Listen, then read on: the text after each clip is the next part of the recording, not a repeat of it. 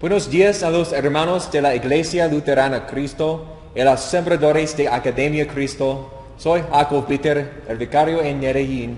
Es un placer compartir la palabra de Dios con todos ustedes en esta mañana de Pascua. El texto de nuestro sermón de hoy proviene del Evangelio de Marcos, capítulo 16, desde el versículo 1 a 8. Leemos. Cuando pasó el día de reposo, María Magdalena, María la madre de Jacobo y Salomé compraron especias aromáticas para ir a ungirle. Y muy de mañana, el primer día de la semana, vinieron al sepulcro, ya ha salido el sol. Pero decían entre sí, ¿quién nos removerá la piedra de la entrada del sepulcro? Pero cuando miraron, vieron removida la piedra, que era muy grande. Y cuando entraron en el sepulcro, vieron a un joven sentado al lado derecho, cubierto de una larga ropa blanca, y se espantaron. Mas él les dijo, no os asustéis, buscáis a Jesús Nazareno, el que fue crucificado. Ha resucitado, no está aquí. Mirad el lugar donde le pusieron. Pero id, decid a sus discípulos y a Pedro que él va delante de vosotros a Galilea. Ahí le veréis, como os dijo. Y se fueron huyendo del sepulcro, porque les había tomado temblor y espanto. Ni decían nada a nadie, porque tenían miedo. Esta es la palabra de Dios. Oramos. Señor, sean gratos los dichos de mi boca y la meditación de nuestros corazones delante de ti, oh Jehová, roca nuestra y redentor nuestro. Amén. Mis hermanos en la fe, los funerales son inconvenientes. En un momento estás sentado almorzando con tu familia cuando tu hermana te llama y te dice que tu tío ha fallecido. Un ataque cardíaco mientras dormía. Y te hace parar. No lo esperabas. Claro, estaba envejeciendo, pero solo tenía 64 años. Pensaste que todavía le quedaban algunos años buenos, pero Dios obviamente tenía planes diferentes. Y así, poco a poco, todas las cosas que deben suceder cuando alguien muere comienzan a suceder. Se hacen llamadas, se fija una fecha, se organizan planes de viaje. La vida se detiene por un tiempo mientras resuelvas todo. Y durante todo ese tiempo, empiezas a pensar de manera diferente. Empiezas a preocuparte por tu propia muerte, tu propia mortalidad.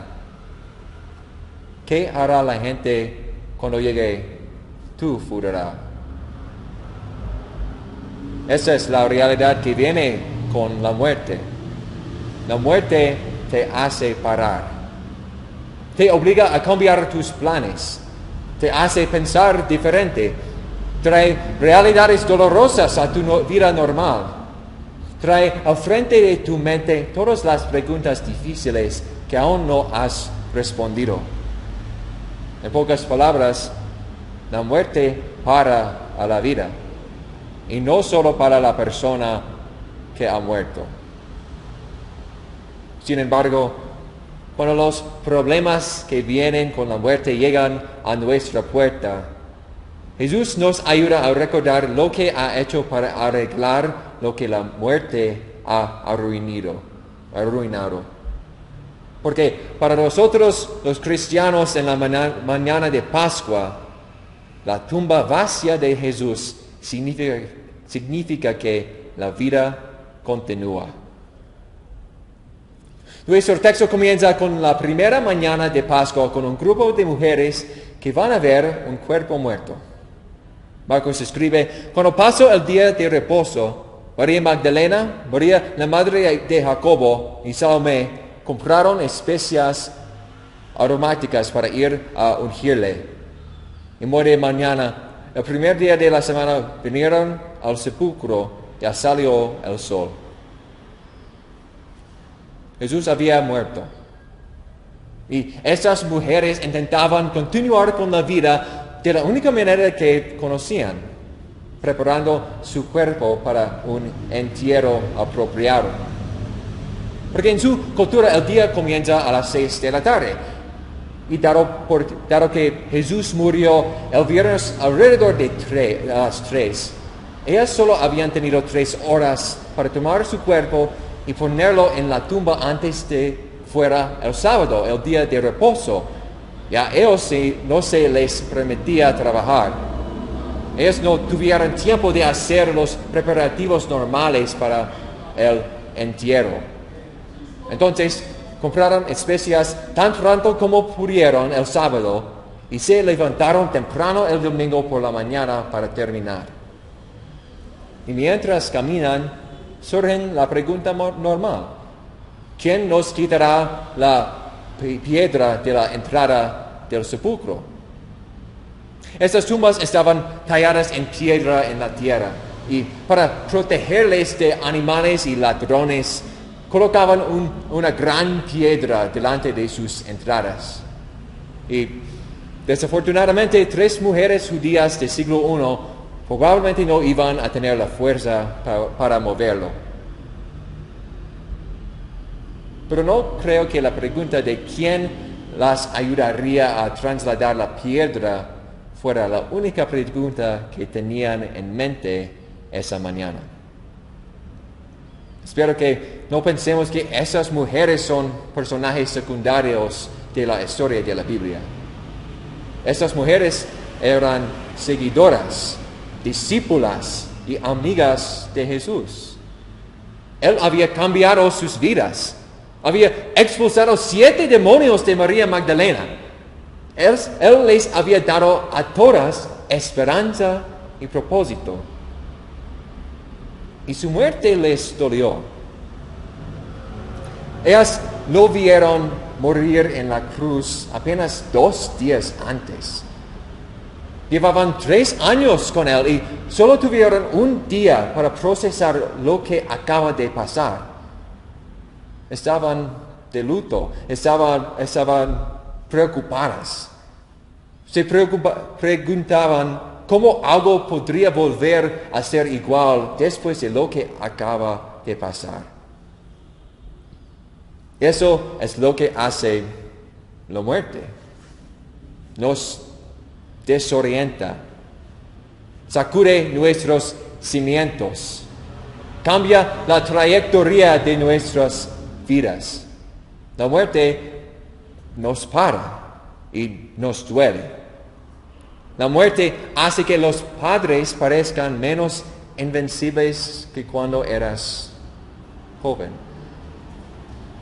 La muerte te roba el futuro que habías planeado para tu hijo. La muerte enfría el lado de la cama que antes calentaba tu pareja. Y es aterrador. Nadie quiere eso. Nadie quiere que le quiten todo lo que cree que es tan seguro. Nadie quiere mirar hacia un futuro desconocido. Pero hermanos, en verdad es mucho más aterrador mirar los terrores de un futuro particular que sí conocemos. Como seres humanos aceptamos que la muerte es parte de nuestro mundo. Enseñamos a los niños sobre los siglos de la vida en la escuela. Escribimos testamentos y construimos cementerios. Pero a pesar de todo eso, en el fondo, sabemos que la muerte no es natural.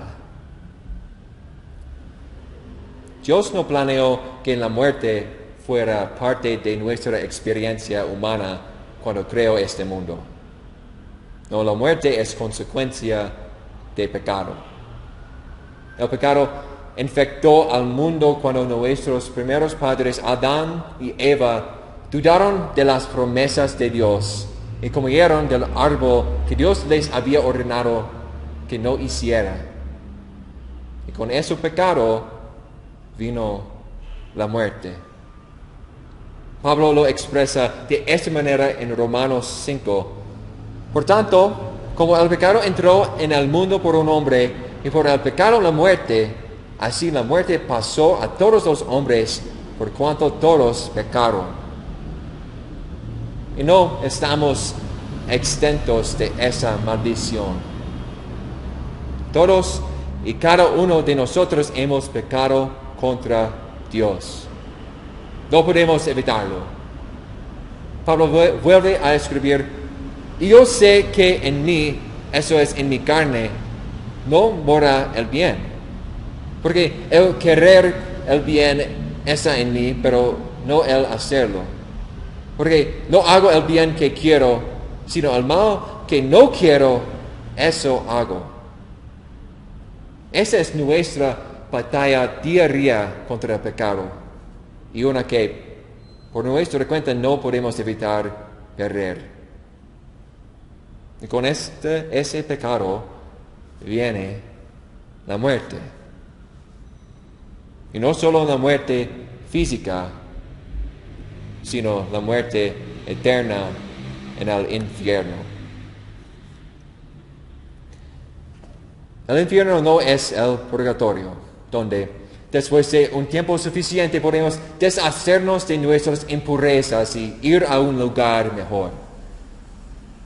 El infierno no es la destrucción, donde Dios borra las almas de las personas de la existencia después de haber sufrido por un tiempo. El infierno no es una fiesta a la que va toda la gente divertida, de un lugar caluroso como la sala de calderas de un barco. No, el infierno es oscuridad y dolor y llanto y tormento y agonía para siempre. No hay alivio, no hay fin. No es más que sufrimiento y separación de todo lo bien, todo lo bueno que Dios tiene que ofrecer. Y debido a nuestros pecados, eso es lo que merecemos, porque un solo pecado nos hace pecadores. Y si eso es lo que tenemos que esperar, toda la confusión y el dolor de la tierra y la agonía y la eternidad del infierno, no es de extrañar que la muerte nos haga parar. Pero ante la realidad de la muerte y el terrible cambio que trae a nuestras vidas, ¿qué nos dice el relato de esta mañana? Mientras las tres mujeres se dirigen a la tumba, ven algo que interrumpe sus pensamientos. Esa piedra, la enorme de la que habían estado hablando camino al sepulcro, alguien ya la había movido. ¿Cómo podría ser esto? ¿Quién podría haber hecho esto? ¿Qué significa esto? Y resulta que lo que significaba era algo mejor de lo que jamás hubieran imaginado. Marcos escribe: y cuando entraron en el sepulcro, vieron a un joven sentado al lado derecho, cubierto de una larga ropa blanca, y se espantaron. Mas él les dijo: no os asustéis. Buscáis a Jesús Nazareno, el que fue crucificado. Ha resucitado. No está aquí. Mirad el lugar de donde le pusieron. ¿Qué mejores noticias podrían haber recibido ellas? Jesús, su amigo, su Señor, su Salvador, no estaba muerto. Había resucitado. Ellas lo vieron con sus propios ojos. Ya no estaba en la tumba. La muerte que las había parado y alterado sus vidas no pudo parar a Jesús. Todo el dolor que ellas sintieron después de perder a su amigo y Señor se había calmado. Jesús no había sido vencido por la muerte. Él mismo la venció. Es más, Él tenía instrucciones para ellas. Por ese ángel dijo, id, decid a sus discípulos y a Pedro que Él va delante de vosotros a Galilea. Allí le veréis, como os dijo. Ahora que la muerte no había parado a Jesús, Él había cosas para hacer. Había gente que ver y cosas que contarles. Había lugares donde estar y un Salvador al que encontrar allí. Y aunque estas mujeres tal vez no entendieron todo de inmediato, estaban a punto de descubrir que todo estaba a punto de cambiar. Y ellas no son los únicos. Cuando nosotros vemos la tumba vacía de Jesús, nos muestra que la vida no tiene por qué parar con la muerte. No, su resurrección nos asegura que toda su obra en la cruz, toda la obra que hizo para salvarnos de las consecuencias de nuestro pecado, fue aceptada. Y que cada promesa que hace sobre nuestra salvación es verdadera. El pecado, que es la causa de todo nuestro dolor y aflicción, ha sido quitado y pagado en la cruz. El infierno y toda su agonía ha sido derrotados. Y el castigo que merecemos como pecadores ya no se aplica a nosotros. La tumba vacía nos ofrece un futuro que no está desorientado ni confuso, sino seguro. Hermanos, cuando moramos, no iremos al infierno. No estamos condenados a la muerte eterna. No, porque se nos ha dado fe en nuestro Salvador resucitado. Cuando morimos, tenemos la promesa de un hogar en el cielo, donde todas las cosas que nos causan daño en esta vida serán quitadas. El apóstol Juan escribe en Apocalipsis 21, y oí una gran voz del cielo que decía, he aquí el tabernáculo de Dios con los hombres, y Él morará con ellos, y ellos serán su pueblo, y Dios mismo estará con ellos como su Dios. Enjugará Dios toda lágrima de los ojos de ellos, y ya no habrá muerte, ni habrá más llanto, ni clamor, ni dolor, porque las primeras cosas pasaron. No más enfermedad, ni dolor, ni hambre, ni sed, ni lágrimas, ni muerte. Todas las cosas que nos paran en el mundo serán olvidadas para siempre.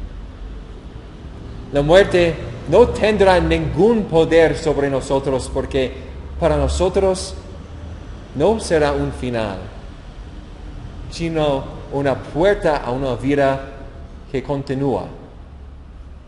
Una vida donde vivamos para siempre con el mismo Dios que nos salvó. Y encontramos la confianza para creer eso solo en la tumba vacía de Dios. La tumba vacía de nuestro Señor Jesús. Pero el cielo no es el único lugar donde continúa nuestra vida. Esa confianza que tenemos les da propósito a nuestras vidas ahora. No tenemos que vivir con un temor constante a la muerte, porque sabemos que hemos recibido vida eterna. La muerte no tiene que desorientarnos, porque la resurrección de Jesús nos da dirección. La muerte ya no tiene que pararnos, porque una tumba vacía nos dice que la vida continúa. Y eso es lo que Jesús quiere que compartamos con el mundo. Lo primero que se les dijo a esas mujeres fue que les contaran a los discípulos lo que habían visto. Y como sabemos cómo este mismo mensaje lo cambia todo para nosotros, ¿cómo podemos hacer otra cosa de seguir sus pasos? Jesús nos ha liberado del poder destructivo de la muerte. Y por eso, ahora somos libres de ir y contarles a otros esa asombrosa verdad también. ¿Significa eso que la muerte nunca nos afectará? No. Los efectos del pecado y la muerte dejan marcas en nuestro mundo que conocemos bien. Todavía quedan agujeros en nuestro corazón cuando fallece alguien a quien amamos. Todavía tenemos que afligirnos y recuperarnos de nuestra pérdida. La muerte todavía hará que nos paremos. Sin embargo, las bendiciones que provienen de la tumba vacía de Cristo nos dan la confianza de que nada puede quitarnos la vida que Jesús ganó para nosotros en la cruz. Y por gracia nos ha dado por medio de la fe. Y cuando la muerte llega a nuestras vidas, nuestra respuesta no tiene que ser de confusión o desesperación, sino que por fe podemos unirnos a las palabras del apóstol Pablo. ¿Dónde está, oh muerte, tu aguijón? ¿Dónde, oh sepulcro, tu victoria? Ya que el aguijón de la muerte es el pecado y el poder del pecado la ley. Mas gracias sean dadas a Dios, que nos da la victoria por medio de nuestro Señor Jesucristo. Una vez escuché que si les preguntarás a los pastores qué preferían predicar en una boda o en un funeral, la mayoría diría que un funeral. No porque sean fáciles, no. Se avisan con poco antelación, o tal vez no conocían muy bien a la persona, o tal vez es una época del año muy ocupada. En pocas palabras, los funerales son inconvenientes, pero son la oportunidad perfecta para hablar sobre este glorioso mensaje de Pascua. Porque cuando sabemos todo lo que Jesús ha hecho por nosotros, podemos enfrentar con valentía las pruebas de este mundo, como el pecado, la enfermedad, la pena, el dolor e incluso la muerte. Porque sabemos que la tumba vacía de Jesús significa que nuestra vida continúa tanto en este mundo como para siempre. Amén. Y la paz de Dios, que sobrepasa todo entendimiento, guardará vuestros corazones y vuestros pensamientos en Cristo Jesús. Amén. Vamos a nuestro Señor en oración. En el nombre del Padre, del Hijo, del Espíritu Santo. Amén. Dios Todopoderoso, por la gloriosa resurrección de tu Hijo Jesucristo, has conquistado la muerte y has abierto la puerta a la vida eterna. Ya no necesitamos temer las consecuencias del pecado y la muerte. Y ahora esperamos con ansias nuestra vida para siempre contigo. Concede que nosotros, que hemos resucitado con Cristo por el bautismo, caminemos en novedad de vida y nos regocijemos siempre con la esperanza de compartir su gloria. Señor Jesús, sufriste un gran dolor cuando moriste por nosotros en la cruz. Ayúdanos en nuestro dolor. Ayúdanos con misericordia y concédenos alivio en estas cargas.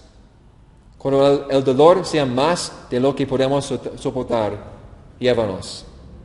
Te damos gracias porque eres un Salvador compasivo que siente nuestro dolor como si fuera el tuyo. Te damos gracias porque has sido tocados por nuestras debilidades. Ayúdanos en nuestra depresión. Aviva nuestros espíritus. Guíanos con seguridad a través de este valle oscuro en nuestras vidas. Quédate con nosotros, concédenos tu paz.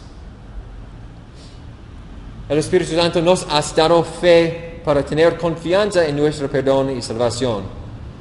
Concédenos, junto con todos los demás en tu iglesia, para trabajar humildemente como tus servidores para llevar ese mensaje al mundo. Bendice a nuestras iglesias, nuestros pastores, nuestros líderes, nuestros miembros, con la fuerza y determinación para buscar a los perdidos en nuestras comunidades. Ayúdanos a señalarles al Jesús y su tumba vacía, para que puedan unirse a nosotros en el cielo para siempre. Todo eso te lo pedimos en el nombre de nuestro Señor y Salvador Jesucristo, que vive y reina contigo y con el Espíritu Santo, siempre un solo Dios, por los siglos de los siglos. Amén. Hermanos, han sido un placer compartir la palabra de Dios con todos ustedes esta mañana de Pascua. Dios les bendiga a todos con el conocimiento de nuestro Salvador resucitado. Chao.